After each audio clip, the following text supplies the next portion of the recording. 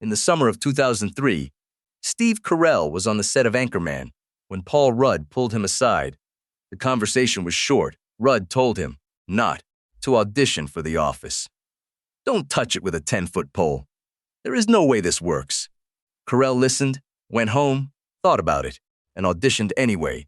That decision, made against the advice of most people, in his immediate professional circle, is where the story of the most replicated sitcom format of the 21st century actually begins. The British version of The Office had finished its run in 2003. 2 seasons, 14 episodes, 2 Christmas specials. Ricky Gervais and Stephen Merchant had made something that the industry consensus was clear about. It was specific, it was British, and it could not be transferred. Philip Seymour Hoffman had passed on the Michael Scott role. Paul Giamatti had passed when NBC acquired the rights and brought in Greg Daniels to develop an American version. The people closest to the project did not believe it would survive. The pilot, when it eventually aired, tested as the lowest scoring pilot in NBC history. People did not just ignore it, they actively disliked it. One decision during the audition process that defined what the show became. He watched 1 minute of the British version, recognized immediately that Gervais's performance was too specific and too precise to copy without becoming an imitation, and turned it off. He did not watch a second more. The character he built from that point, Michael Scott, as a man who genuinely wants to be liked, who has real warmth underneath the behavior that makes everyone around him uncomfortable, was constructed. Without reference to David Brent, that separation is the reason. The American Office ran for 9 seasons, when the British version ran for 2. John Krasinski did not originally audition for Jim. He had read the pilot script, told his manager he wanted to wait for the Jim role, and was told that did not go over well. He eventually got the call. At the audition, he was the last person waiting in the room when the production staff went to lunch. A man sat down across from him with a salad and asked if he was nervous. Krasinski said no. He said what he was actually nervous about was the show itself, because Americans had a track record of taking brilliant British series and ruining them. He did not know how he would handle it if they ruined this one. The man with the salad put down his fork and said his name was Greg Daniels. He was the executive producer. Krasinski later said he genuinely almost threw up. He called his manager and said he was leaving. His manager told him to stay. He stayed, walked into the audition room, and the story of that conversation had preceded him. The room was already laughing. Daniels later told him that the honesty was part of why he got the role. Jenna Fischer took the opposite approach. The audition room for Pam had no script. Daniels told the candidates to act like their idea of the character.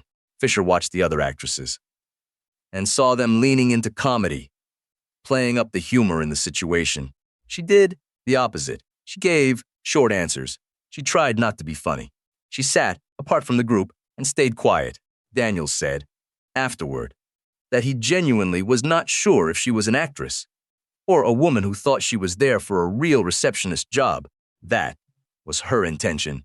She understood that the role required nothing performed, nothing showy, and that any obvious comedic effort would destroy the thing that made Pam worth watching.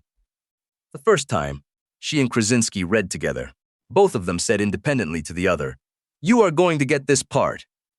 Rainn Wilson had spent 10 years as a theater actor in New York before the audition. He had watched every episode of the British series. His instinct going in was that Gareth, the character Dwight was based on, was replicable by almost anyone. He described it as the kind of role his grandmother could play. What Daniels told him in the room changed his approach. Daniels said, Dwight had an adolescent love of hierarchies. That phrase stayed with Wilson for the entire run of the show. He said in interviews, years later, that any time he lost his footing in a scene, he came back to that one description and found the character again immediately. What these 4 auditions had in common was not conventional casting. Daniels ran the sessions as workshops. The instruction to Carell was to improvise Go off script. Try to make the other people in the room laugh. The instruction to Fisher was essentially no instruction at all. Show us your idea of this person. The process was built around finding people who understood something about the characters that could not be written into a script. What Krasinski understood was Jim's specific kind of resignation, a person who knows exactly where they are and exactly what it costs them and shows it only to the camera. What Fisher understood was Pam's stillness. What Wilson understood was the hierarchy. What Carell understood was that Michael Scott had to want something real, or 9 seasons of watching him fail would become unwatchable. The audition process produced a cast that had no established expectations attached to them. None of them were the first choice.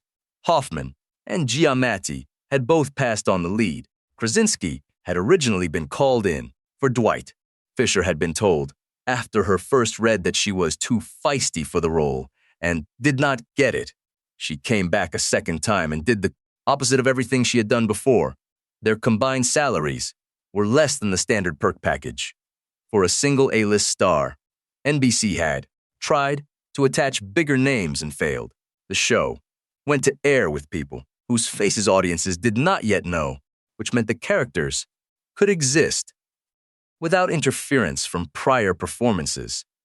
The awkwardness that Daniels was trying to build into the format, single camera, no laugh track, the documentary crew catching real moments, required actors who looked like they were being caught rather than performing. A recognizable face in that format breaks the illusion immediately. The pilot tested at the bottom of NBC's recorded history.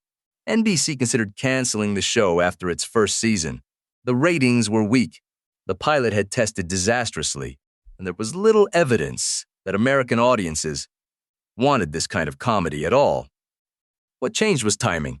In the middle of the show's uncertain future, Steve Carell starred in The 40-Year-Old Virgin and suddenly became one of the most talked about comedians in Hollywood. The network ordered a second season, and the entire trajectory of the series changed with it. The second season rebuilt the show from the inside out.